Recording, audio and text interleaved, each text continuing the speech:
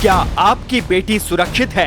क्या आपकी बेटी किसी ऐसे जाल में फंस तो नहीं रही जहां धर्म के धंधेबाज उसका दिमाग खरीद रहे हो?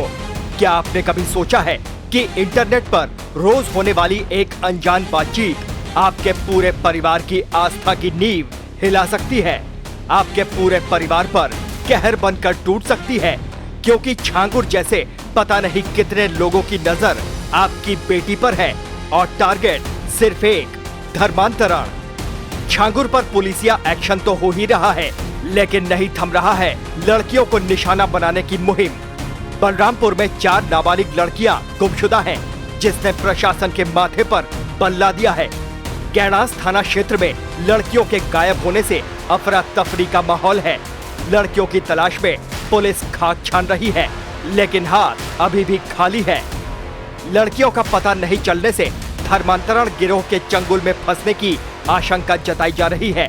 बार बार सुई छांगुर गैंग की तरफ घूम रही है। बहरहाल पुलिस मामले की जांच कर रही है। परिजन ने पुलिस में शिकायत दर्ज कराई है, लेकिन एफआईआर में किसी का नाम नहीं है। पुलिस ने लड़कियों की तलाश के लिए टीमें गठित कर दी हैं। इधर छांगुर गैंग पर पुलिस का एक्शन जारी है। धर्मांतरण के आरोपी छांगुर के भतीजे सबरोज पर पुलिस का शिकंजा कसा है।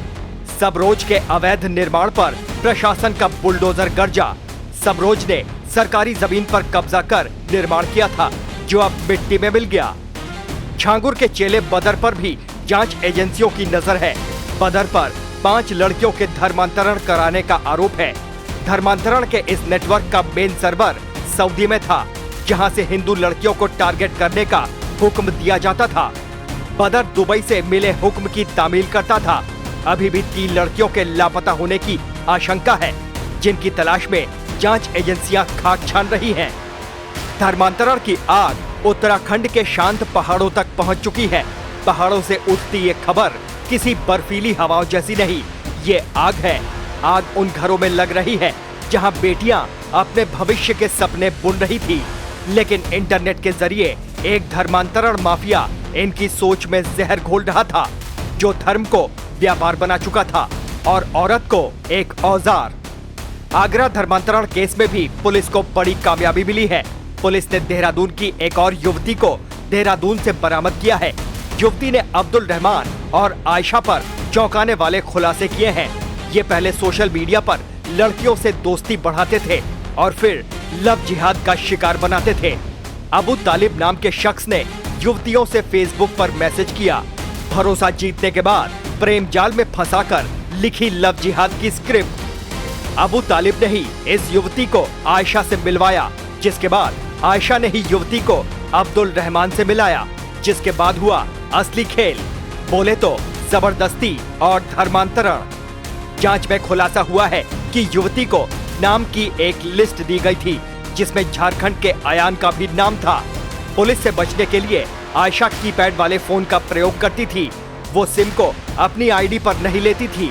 आयशा एक्टिवेटेड सिम के जरिए हजारों रुपए खर्च करती थी। आगरा में धर्मांतरण को लेकर हिंदू संगठनों में जबरदस्त गुस्सा है। धर्मांतरण के दंश से छात्राओं को बचाने के लिए हिंदू संगठनों ने स्कूल के बाहर पाठशाला भी लगाई। इस दौरान चंदन लगाकर छात्राओं को कलावा भी बांधा गया। बाइट।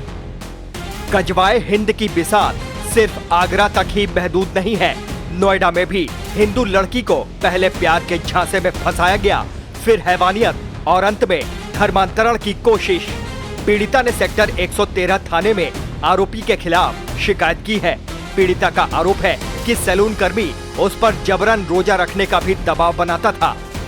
अलीगढ़ में धर्मांतरण का खेल धड़ल्ले से चल रहा है। पुलिस ने होटल से 2 युवतियों को बरामद किया है, जिन्हें पिछले 8 दिनों से बंधक बनाकर रखा गया था। जैसे तैसे एक लड़की जफर के चंगुल से बच निकली, जिसके बाद जफर के खेल से पर्दा उठा। फिलहाल जफर फरार है। पुलिस पूरे मामले की जांच में जुटी है। बाइट।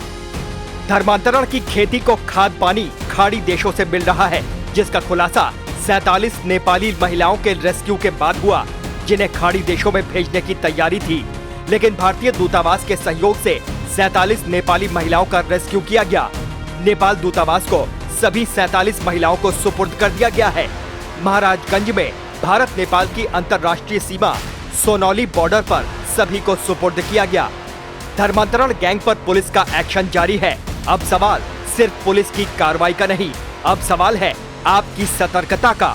सोशल मीडिया पर कौन आपसे बात कर रहा है, कौन आपके बच्चों को जन्नत का सपना दिखाकर दोजख में धकेल रहा है और कौन सा एजेंडा उसके पीछे छुपा है, ये पहचानना अब आपकी जिम्मेदारी है, वरना कल ये आग आपके घर तक पहुंचने में देर नहीं लगेगी। Team news watch India.